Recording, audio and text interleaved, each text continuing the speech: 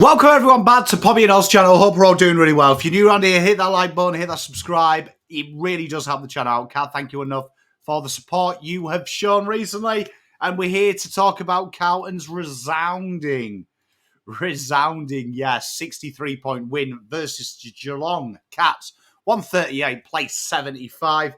In what was, for me, a really strong outing. It felt, I'll start off, it felt like a pressure valve was released with the boys. It felt like, that game was like every question I ever see about Carlton in games where people say, oh, yeah, they won, but they didn't do this, they didn't do that.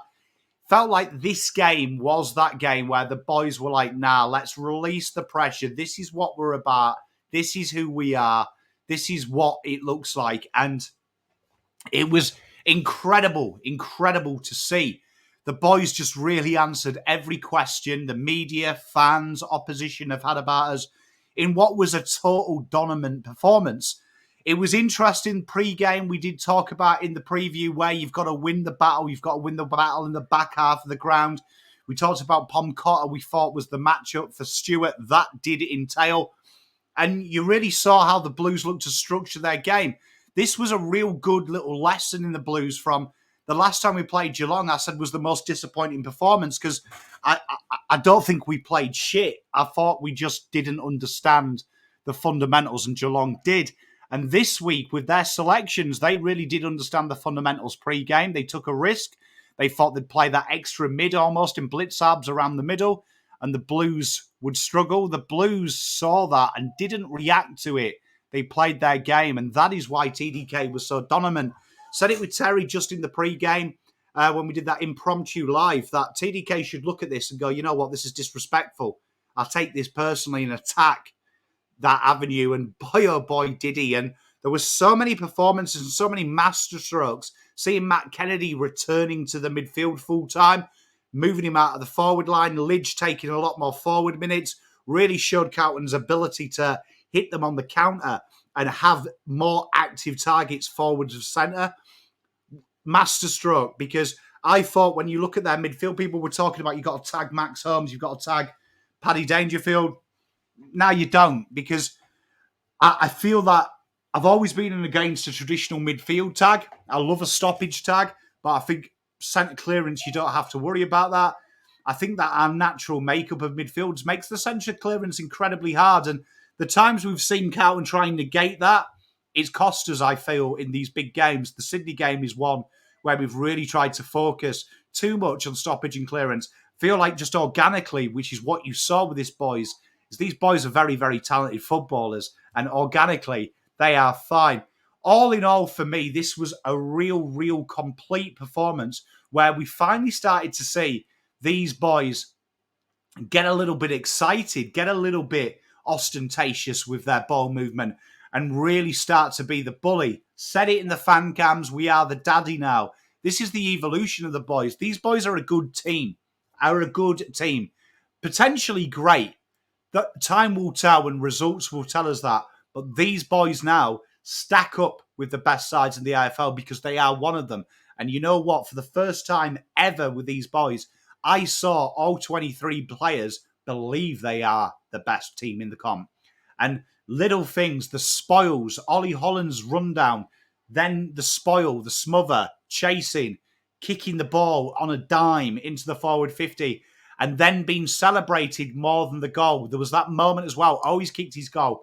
And Fogarty did all the hard work. That goal at the start where Chin Cotter absolutely made a 50-50 contest with Tom Stewart, smothering the ball forward, spoiling it forward. He was rewarded for that goal, even though he didn't kick it. They all got around him. That is that 1% that makes good teams great. And I'm going to be totally honest, the best football side I've ever seen was probably the 08-09 Man United side. This is the first time I felt it about my Blues, where we're stacked up against someone that everyone is talking about, saying that they're a competitor and saying that this is a real test for the Blues. And then you come in and you absolutely systematically show them that there is a level you can go. We can drag you into deep waters where you ask questions about yourself. And I know Geelong fans, I was on their fan cam as well, that they were a bit low. I don't think this is a low moment. I think this is Carlton versus Sydney. This is a team that is showing you there is a level to this. If you don't quite respect your own game plan, and certainly respect our game plan, you're going to be in trouble. And that is why the Blues put on such a score. A complete performance. And I know if people got a little bit nancy about the third quarter, that happens in football. There's peaks and flows. And I thought the way they negated the third quarter was spectacular because it set up the fourth. You saw Geelong throw everything at us. We were never phased. And that is the new evolution of the Blues. A complete performance. And Voss's game plan now starting to bear hella fruit. Now, let's get into the stats. We talked about the scoring. And you see here from the stoppage, 38.2 pre-game for the Blues. A staggering 53. This is all TDK and Kennedy's hard work here. Kennedy did some great jobs. Max Holmes was his direct opponent for a few of them quarters.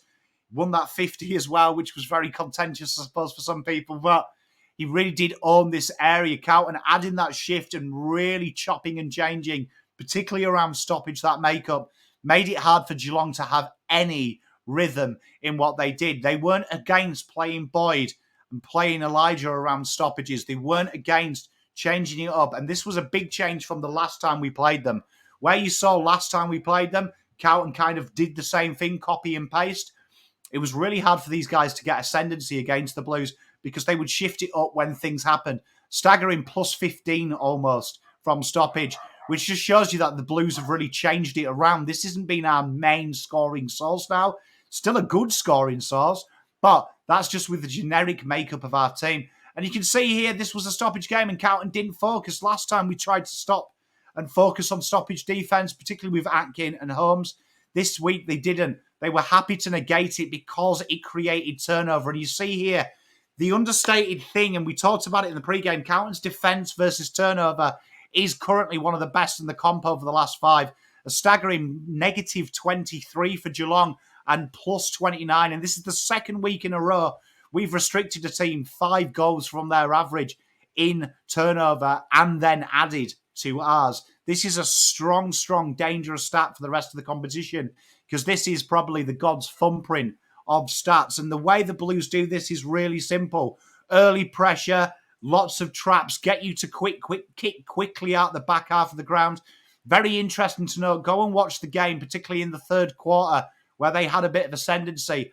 The tendency to take off the switch kick. Cincotta, every time Tom Stewart had the ball and he wasn't in attacking radius, taking off the crossfield ball, making him kick to the open side where Carlton had the trap at.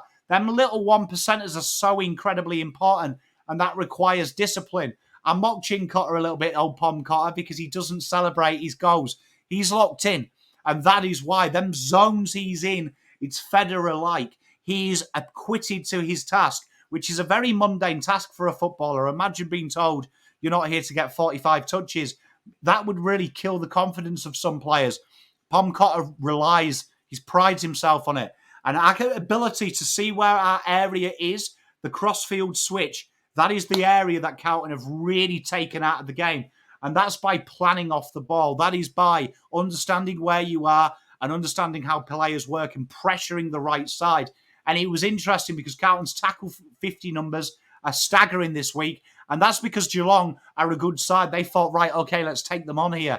And Carlton knew that they had a lack of pace in that back half of the ground, which allowed them to be a little bit more intuitive versus Geelong. When last week it was more pressure-based, this week it was more application-based. An incredible little subtle change in the structure, creating the same results, and that is a very impressive performance.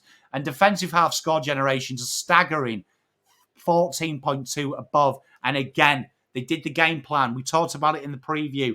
Focus on how Geelong move. They're a very, very methodical side out there. The Blues took away that crossfield switch, and they also made you hurry up. And that created devastating effects on their ability to score from there. But in the back half of the ground, Mr. Whittaker running 15 Ks, Kemp, Mitch McGovern, they played high up the ground. They looked to attack that short lead-up kick that Jeremy Cameron did. And you really did see that. Jeremy Cameron, we talked about, you don't have to worry about him because if you can stop his playmaking ability, yes, he'll probably kick 4 or 5 goals, but he won't create them. And that was a very, very good plan, especially the movement of Whittaker. Whittaker really been given a bit more license to roam this week, starting at fullback with Tom Hawkins, again, undefeated one-on-one, and then looking to attack the ball. He was given a bit of a license, and you saw Lockie Cowan, who was becoming a very reliable person, was his backup this week. And it was very similar to how we've got Kemp going with Whittaker. Now there is 2 players we trust in Cowan, Kemp and McGovern to switch it round and be the lockdown when needed. And Cowan's auxiliary work, capped off with a goal, really allowed Carlton's defensive half generation to utilise Whittaker for the first time for 3 weeks, which is very dangerous. And against good sides, they like that lead-up 65, which now we've got with Elijah Hollands. So you can see here, we've added that 65 kick.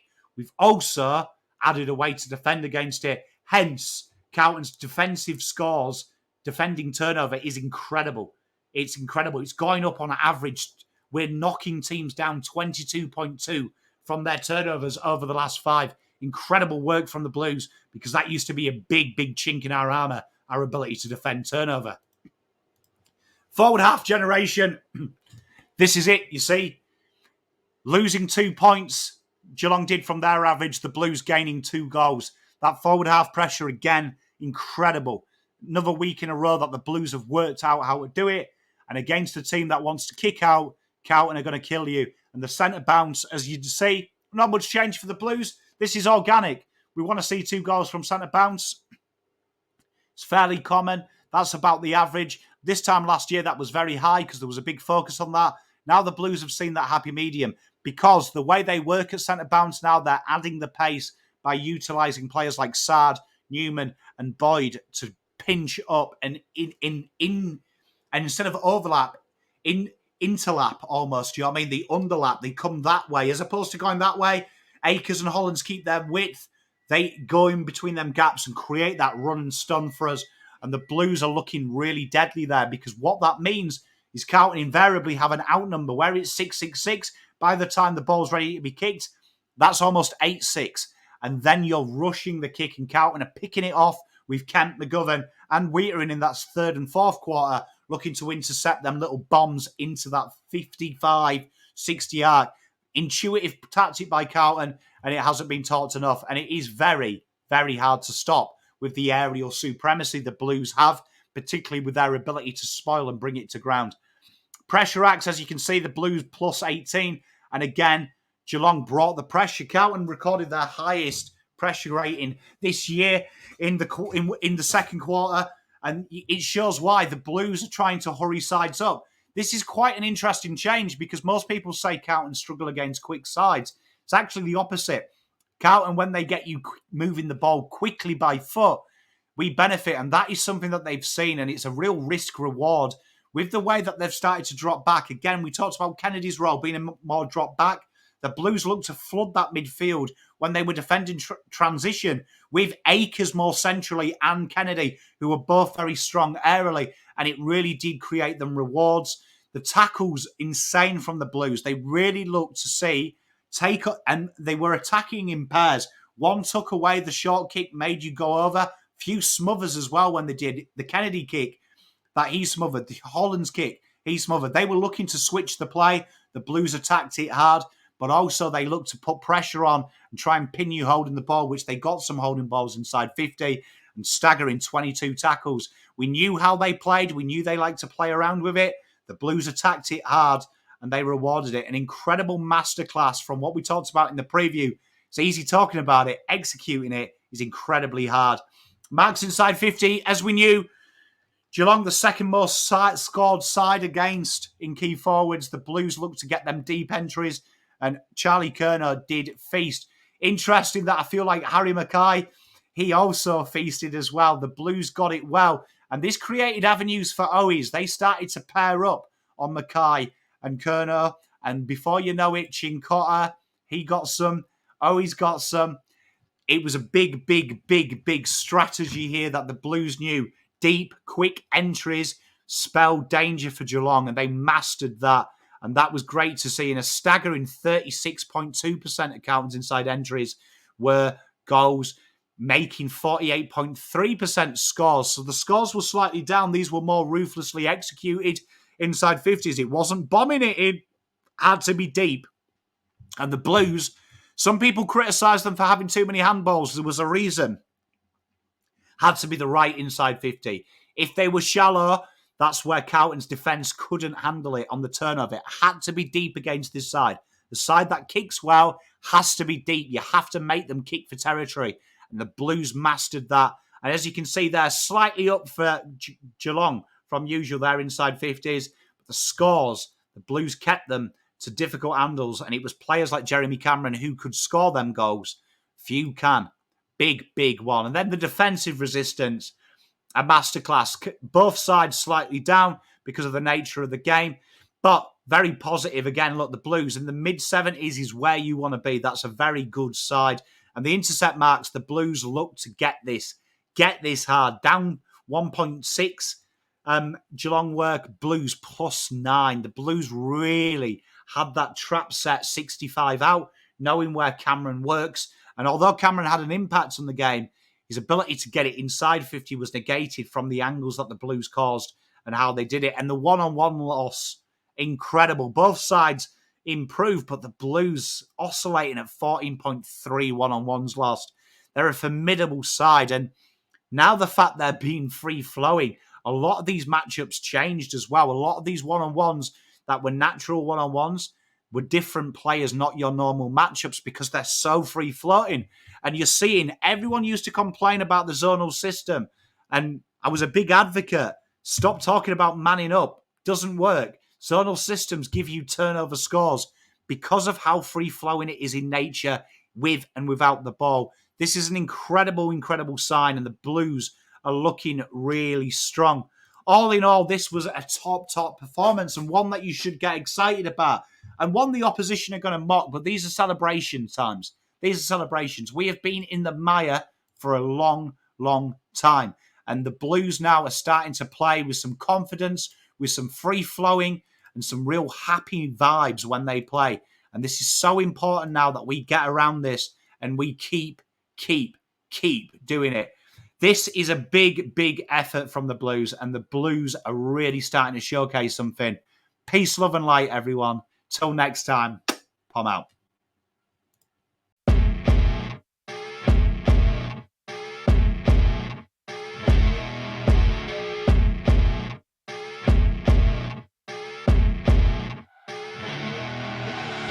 I see her rolling up, Uber black Cadillac, high heel boots and a sexy body full of tats. Baby's bad, oh baby's hella